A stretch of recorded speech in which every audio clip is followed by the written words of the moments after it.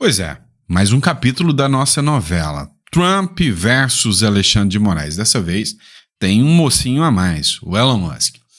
A grande realidade é que desde que começou as eleições norte-americanas, o Elon Musk deixou o ministro Alexandre de Moraes de lado, focou na campanha do Donald Trump, focou no DOJ, né, que é o departamento que está buscando ali algumas falhas do sistema, ou seja, corrupção pesada que acontecia dentro dos Estados Unidos, e as coisas começam a ser expostas.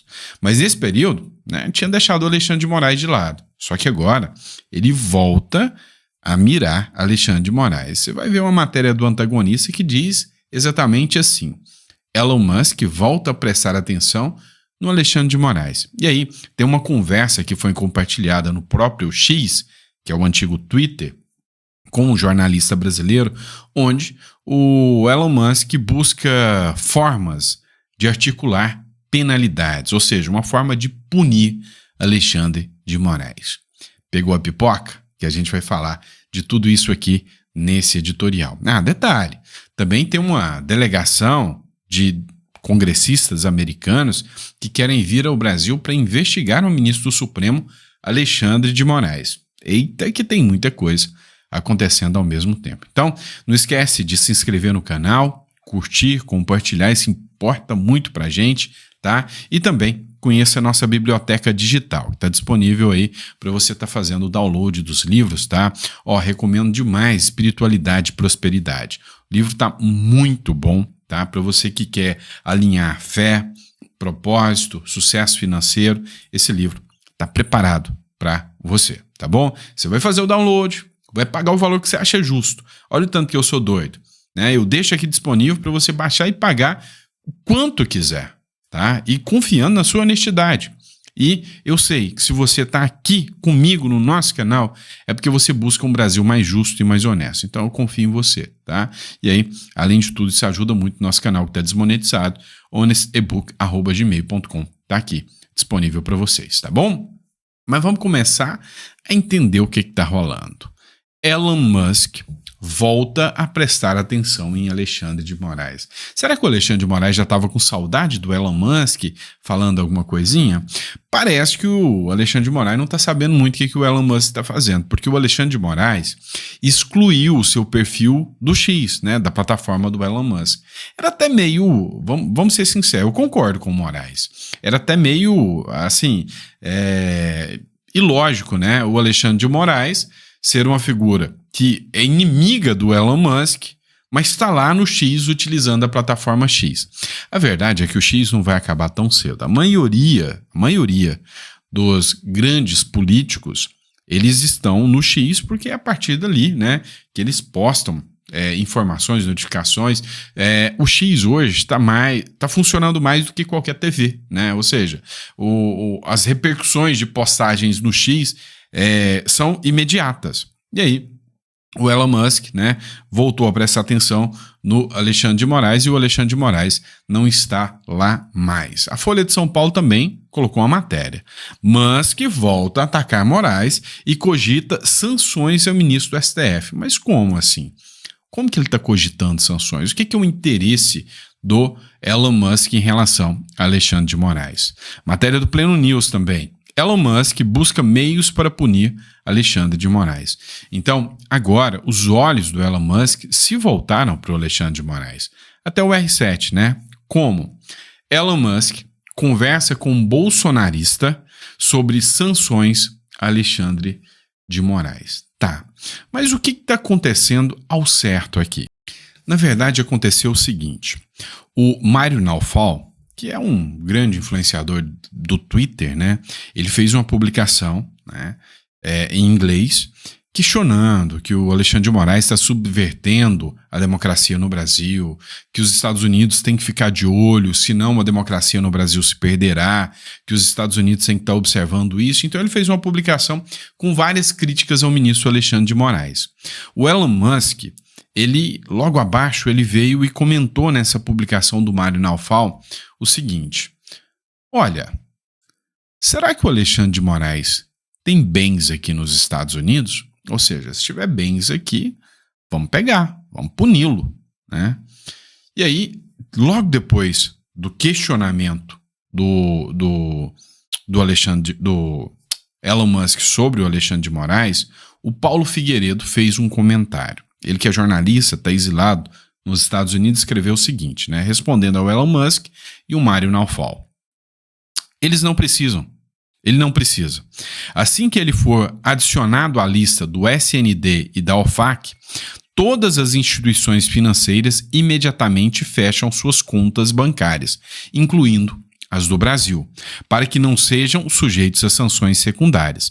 O presidente Trump pode fazer isso por qualquer momento a seu critério por meio da lei Magnitsky. Eu já falei sobre essa lei da Magnitsky aqui para vocês e a gente vai falar sobre ela de novo, tá? E aí o Elon Musk completou. Interessante. Tá, o que é a ideia aqui? Tá? Do Paulo Figueiredo, da aplicação da lei Magnitsky. Eu já falei para vocês que foi uma lei, né? Foi em 60 e poucos que ela foi criada, né? Por causa do CGI Magnitsky. O que acontece? Essa lei deu aos Estados Unidos a possibilidade, né, no caso de violações de direitos humanos e de alta corrupção, de investigar, né, outros países. E a União Europeia aplica essa lei, o Canadá também aplica essa lei, reconhece, né, a autonomia de que outro país, no caso de corrupção extrema ou de violação dos direitos humanos, pode tomar medidas para sancionar, né, o infrator. Né? E nesse caso não é o país, é a pessoa. Tá? Então, por exemplo, se o ministro Alexandre de Moraes for considerado pelos Estados Unidos que ele violou, né, direitos humanos ou direitos do devido processo legal, ele pode ser sancionado. E aí é a pessoa, não é o país. Tá? Essa é a lei Magnitsky. Tá, mas vamos entender o que está acontecendo. Segundo as regras dessa lei,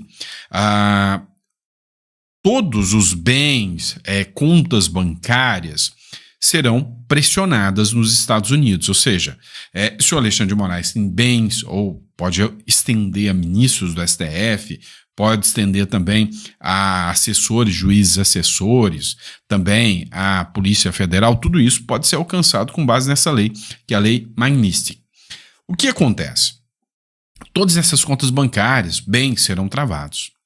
Só que o modelo SND e OFAC, ou seja, o SWIFT, né, que é o sistema de transações bancárias. Todo banco hoje está vinculado ao sistema norte-americano, tá? Todo banco. E ao assimilar o sistema norte-americano, porque é o seguinte, todo banco hoje precisa fazer transações bancárias internacionais, né? Você imagina você estar num banco onde ele não tem um cartão global para te oferecer, onde ele não consegue fazer transferência internacional, onde você não consegue mandar dinheiro para outro banco em outro país, vai perder milhares de clientes, esse banco vai para bancarrota, né? E aí o que acontece?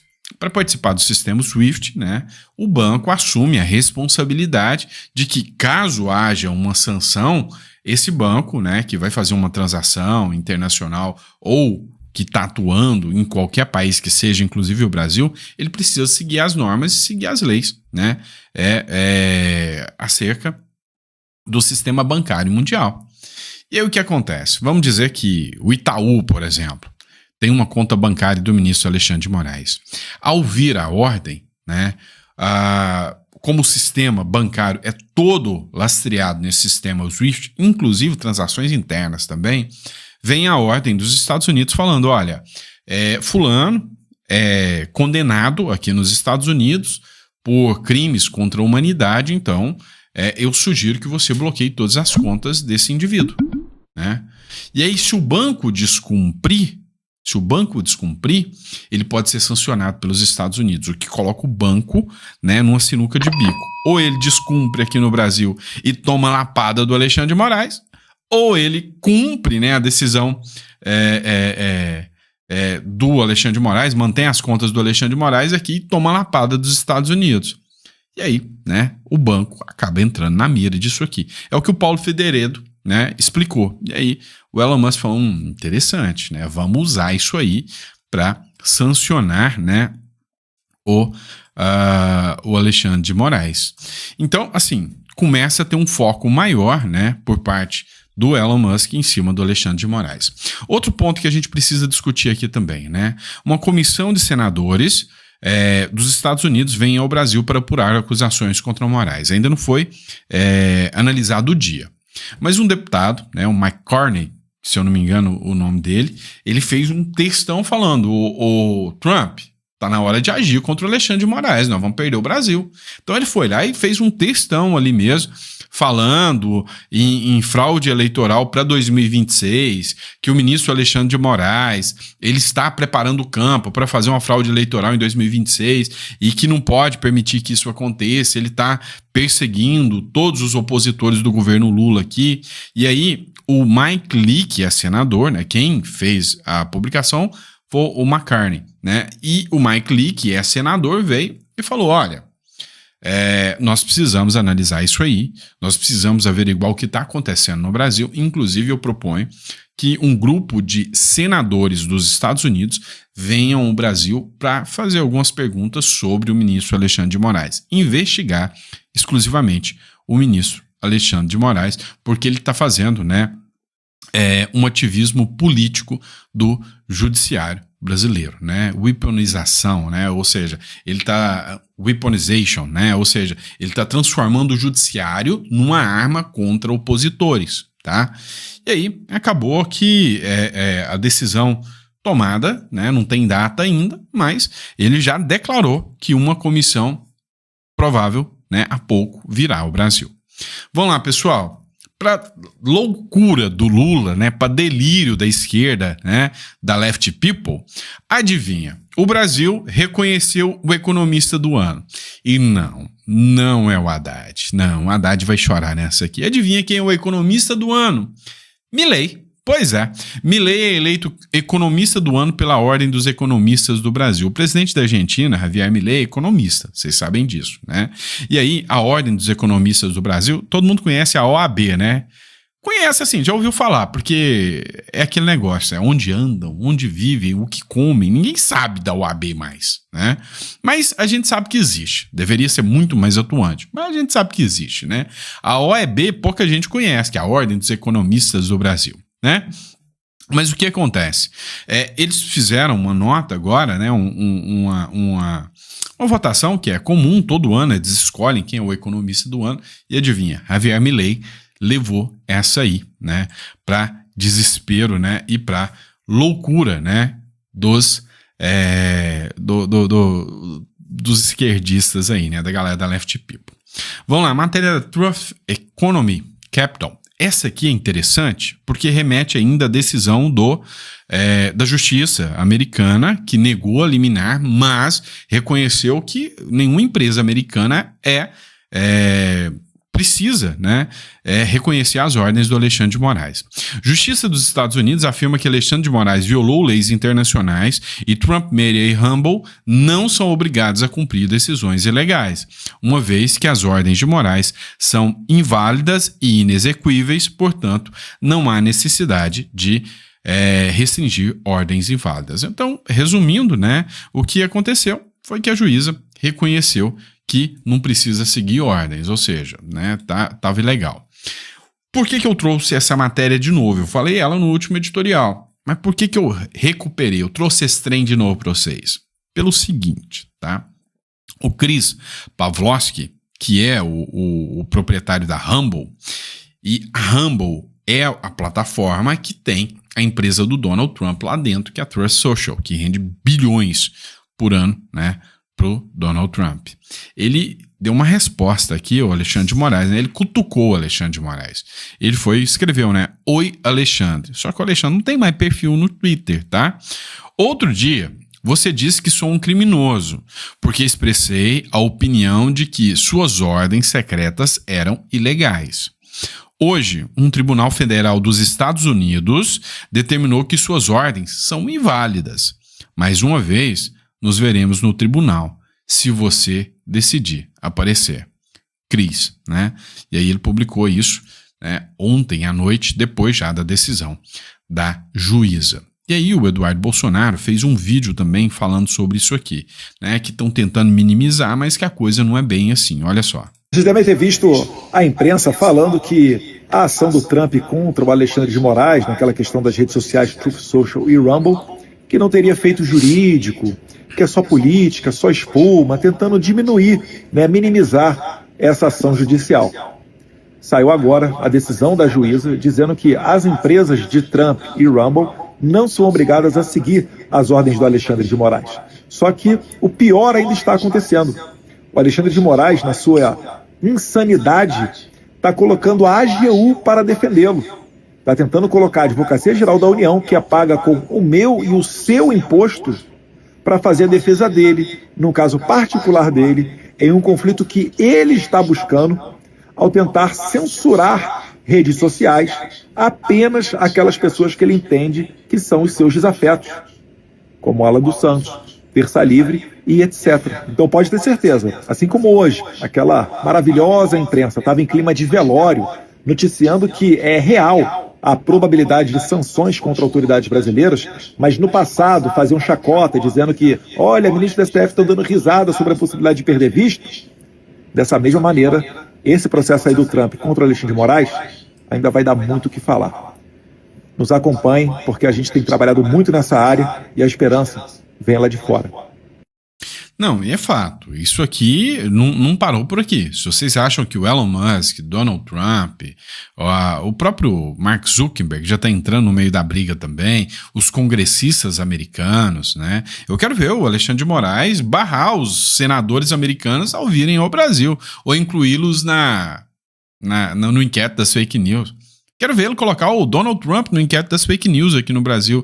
Ou seja, né, o caldo vai entornar, a coisa vai ficar esquisita aqui no Brasil.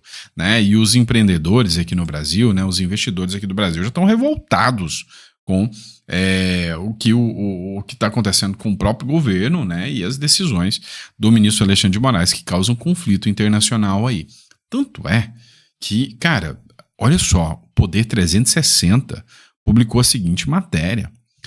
Para eliminar o bolsonarismo, o STF estragou a nossa democracia. Olha o teor. Quando os congressistas americanos pisarem aqui no Brasil, você vai imprimir um jornal desse, entregar na mão do cara e falar, olha aqui, para eliminar o bolsonarismo, o STF estragou a nossa democracia. Não esqueça da frase, nós derrotamos o bolsonarismo, né? Corte atropela o texto constitucional para impor na força bruta a sua vontade. O STF que pune, dá o golpe.